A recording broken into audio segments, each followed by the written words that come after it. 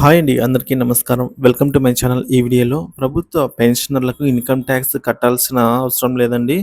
So, ఎందుకు ఏమిటన్న పూర్తి వివరాలనైతే మనం ఈ వీడియోలో తెలుసుకుందాము. మీరైతే వీడియోని ఎక్కడ గాని స్కిప్ చేయకుండా ఎండ్ వరకు చూడండి. అప్పుడే ఇన్ఫర్మేషన్ పూర్తిగా అర్థమవుతుంది. అలాగే వీడియో చూస్తున్న ప్రతి ఒక్కరు కూడా వీడియోకి ఒక లైక్ చేయండి ఫ్రెండ్స్. అలాగే ఈ వీడియోని తోటి పెన్షన్ మిత్రులతో అయితే షేర్ చేయండి. కొత్తగా మన ఛానల్ చూస్తున్నవారు సబ్స్క్రైబ్ చేసుకొని వారు ఎవరైనా ఉన్నట్లయితే దయచేసి మన ఛానల్‌ని అయితే సబ్స్క్రైబ్ చేసుకోండి. దీని ద్వారా నేను చేసే లేటెస్ట్ వీడియోస్ అన్నీ మీ వరకు రీచ్ అవుతాయి. ఇక ఆలస్యం చేయకుండా వివరాల్లోకైతే వెళ్ళిపోదాము. ఫ్రెండ్స్ ఇక విషయానికి వచ్చినట్లయితే ఇక్కడ మనం నోటీస్ చూస్తున్నామండి. So, income tax for pensioners.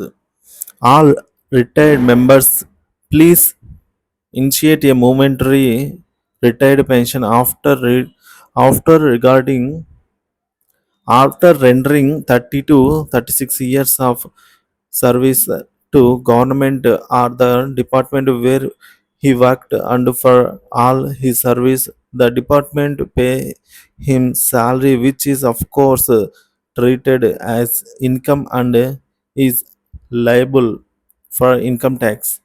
But after retirement he is paid pension as a superintendent fund for his his livelihood and on account of surveying of so many years. Here question arises as to whether why income tax is levied off on pensioner. This is not income tax for service or work. This is on a defensory wage by a department to the employee who has served the department for so many years. Then why income tax? Income tax pension. Raise your voice and let it reach the government. Discontinue the levy of income tax of pension. If MPs and MLAs pension is not taxable, why our pensioners is taxed? Pause this message to 20 of your messages. So friends ఇక్కడ ఈ ఈ notice యొక్క సారాంశం ఏంటంటే పెన్షనర్లకు income tax అనేది అమలు కాదండి. అంటే పెన్షనర్స్‌కు ఆదాయపు పన్నయితే లేదు అనేది దీని అర్థం అన్నమాట. ఎందుకంటే పదవీ విరమణ పొందిన సభ్యులందరూ 30-36 సంవత్సరాల వరకు ప్రభుత్వానికి సేవలందించి పదవీ విరమణ పొంది ఉంటారు. సో, ప్రతి ఒక్క వ్యక్తి కూడా ఈ విధంగా గవర్నమెంట్ కింద 30-36 సంవత్సరాలు వర్క్ చేసి ఉంటారు. అతను వర్క్ చేసేటప్పుడు వచ్చిన అమౌంట్‌కు ట్యాక్స్ అనేది చెల్లిస్తూ వస్తాడు. రిటైర్ అయిన తర్వాత సో, అతను పని చేసిన డిపార్ట్‌మెంటు మరియు అతని సేవల కోసం డిపార్ట్‌మెంటు అతనికి జీతం చెల్లిస్తుంది.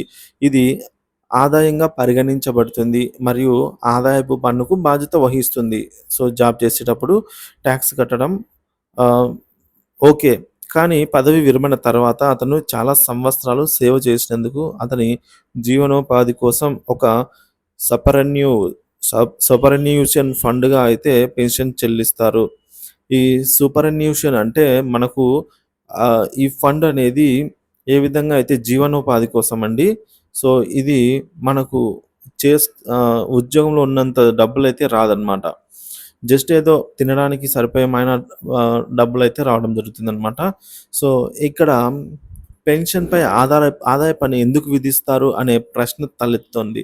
అది నిజమే కదా! ఇప్పుడు మనము వర్కింగ్‌లో ఉన్నప్పుడు మనకొచ్చే ఆదాయము ఎక్కువగా ఉంటుంది కాబట్టి ట్యాక్స్‌కి పోయినా కూడా పెద్దగా ఏముండదు. సో, కానీ ఇప్పుడు ఇది జస్ట్ లివింగ్. సో, జస్ట్ బ్రతకడం కోసం ఇస్తున్న డబ్బులో గూడా అంటే జస్ట్ ఒకరికి దానం చేస్తున్నామనుకోండి. జస్ట్ ఎవరో కనిపించారు రోడ్డు పైన. ఫ్రెండ్స్ ఇది ఫర్ ఎగ్జాంపుల్ ఓన్లీ ఎవరైనా కొన్ని బాధల్లో ఉన్నారు. వాళ్ళకి మనం కొంత సహాయం డబ్బులు ఇస్తే దాని మీద గవర్నమెంట్ ట్యాక్స్ కట్టమంటే ఏమైనా న్యాయంగా ఉంటుందండి?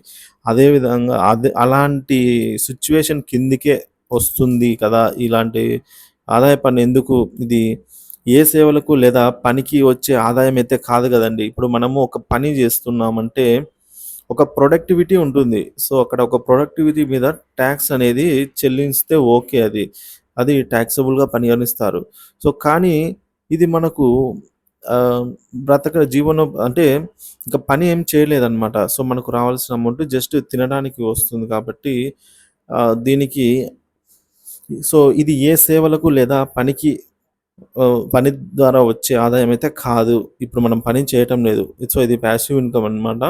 సో, ఈ విధంగా కాదు కాబట్టి ఇది డిపార్ట్‌మెంట్‌లో సేవలందించిన ఉద్యోగికి డిపార్ట్‌మెంట్ ద్వారా వాయిదా వేయబడిన వేతనం మాత్రమే. సో, అప్పుడు ఉద్యోగి తను ఉద్యోగంలో ఉన్నప్పుడు టాక్స్ అయితే పే చేసి ఉంటాడనమాట. సో, అప్పుడు మన సాలరీలో నుంచి మనం మనకొచ్చే సాలరీలోంచి కొంచెం కొంచెం పక్కన కూడబెట్టుకునేదనమాట. సో, అప్పుడొస్తున్న సాలరీలోంచి కొంచెం కొంచెం తీసి పక్కన పెట్టుకునేది. సో, అప్పుడు సాలరీకి మనం టాక్స్ ఆల్రెడీ కట్టేసాము. సో, అందులోంచి కొద్దిగా మొత్తాన్నయితే పక్కన వేయడం జరిగింది. చాలా సంవత్సరాలు అలాంటప్పుడు ఆదాయపు పన్ను ఎందుకు? సో, అప్పుడేదో కట్టేసుంటాడు. ఆ అమౌంట్‌లోనే కొద్దిగా పక్కన పెట్టుకుంటాడు. ఇప్పుడు మనమే ఉన్నామండి. మన దగ్గర ప్రతి నెల ఒక రూ. 1000 పక్కన పెట్టుకుంటాము. అది బయటికి తీసేసరికి ఒక 1,00,000 2,00,000 అవుతుంది. దానికి బయటికి తీసినామని చెప్పేసి దానికి టాక్స్ ఏసుకుంటామా చెప్పండి? సో, టాక్సబుల్ అంటే ఎవరైనా ఆహ్, అంటే ఆ విధంగా దాని కిందకైతే వస్తుందని చెప్పేసి ఆలోచన. సో, పెన్షన్‌పై ఇన్‌కమ్ టాక్స్ విధించడాన్ని నిలిపివేయడానికి మీ గొంతును పెంచండి. అంటే గొంతును పెంచండంటే మీరు పైకి చెప్పండి. సో, ఈ విషయాన్ని 10 మందితో చెప్పినప్పుడే మంచి చెడులు తెలుస్తాయి. ఇప్పుడు మన ఆలోచన ఎలా ఉందండి, వేరే ఆలోచన వేరే వాళ్ళ మాదిరిగా ఉంటుంది. సో, వేరే వాళ్ళ ఆలోచన వేరుగా ఉండొచ్చు. సో, కాబట్టి ఏదైనా కూడా 10 మందితో ఒక విషయాన్ని షేర్ చేసుకున్నప్పుడే మనకది ఆహ్, దాంట్లోని లోటుపాట్లన్నీ తెలుస్తాయి. సో, ప్రభుత్వానికి చేరేలాగా గూడా అదే వెళ్తుందండి. సో, 10 మందికి చెప్పామంటే వాళ్ళు గూడా దాని గురించి ఆలోచించి ఇన్ కేస్ వాళ్ళ దగ్గరలో ఉన్న వాళ్ళు 10 మందికి చెప్పినప్పుడు ఆ విధంగా మెల్లిగా గవర్నమెంట్ వరకు కూడా వెళ్తుంది. వాళ్ళు గూడా ఆలోచిస్తారు ఈ విషయాన్నయితే. ఇక ఎంపీలు, ఎమ్మెల్యేల విషయానికొచ్చినట్లయితే పెన్షన్‌పై పన్ను విధించకపోతే మా సో, ఎం ఎంపీ, ఎమ్మెల్యేల జీతాలపై పెన్షన్ పన్నయితే ఉండదు. సో, దానిపైన లేదు. మరి పెన్షనర్లకు పన్ను ఎందుకు విధిస్తున్నారు అనేది ఒక క్వెషన్ మార్క్. ఈ సందేహాన్ని మీరు 20 మంది స్నేహితులతో మీరైతే పంచుకోండి. సో, ఈ వీడియోనైతే షేర్ చేయండి వారికి కూడా. మరింత ఉత్సాహంగా ఉండాలనే అభ్యర్థనతో పెన్షన్ సంఘం మరియు పౌర సరఫరాల ఆహ్, పౌర సమాజ వాస్తవాలను తెలియజేయండి. సమాజంలో ఈ విధమైనటువంటి వాస్తవాలను మనమే తెలియజేయాలని జెప్పేసి మనకొక ఆర్ఎస్ వర్మ అనే ఐఏఎస్ రిటైర్డ్ అధికారి, ప్రభుత్వ పెన్షనర్స్ సంక్షేమ సంఘం అధ్యక్షుడు అయితే ఈ విధంగా తెలియజేయడం జరిగిందండి. సో, ఫ్రెండ్స్ ఇక్కడ మీకు అర్థమైందనుకుంటున్నాను. సో, పెన్షన్ అనేది మనము జీతంలో నుంచి జీతంలో నుంచి మనకొస్తున్నటువంటి ఈ బల్క్ అమౌంట్‌ని ఇందులోంచి కొంచెం కొంచెం కొద్దిగా పక్కన పెట్టుకున్నదనమాట.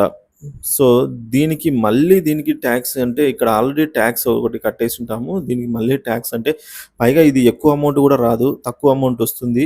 అలాగే దీనికి టాక్స్ కట్టాలంటే ఇది జస్ట్ మనకు ఎక్కువ అమౌంట్ ఏం గాదు. మనం తిననీకి, ఉండనీకి సరిపోతుంది. దాంతో కూడా టాక్స్ అంటే ఇది అంత సహేతుకంగా లేనట్టుగా భావిస్తున్నాము. కాబట్టి దీన్ని 10 మందితో షేర్ చేయండి. Thank you for watching this video.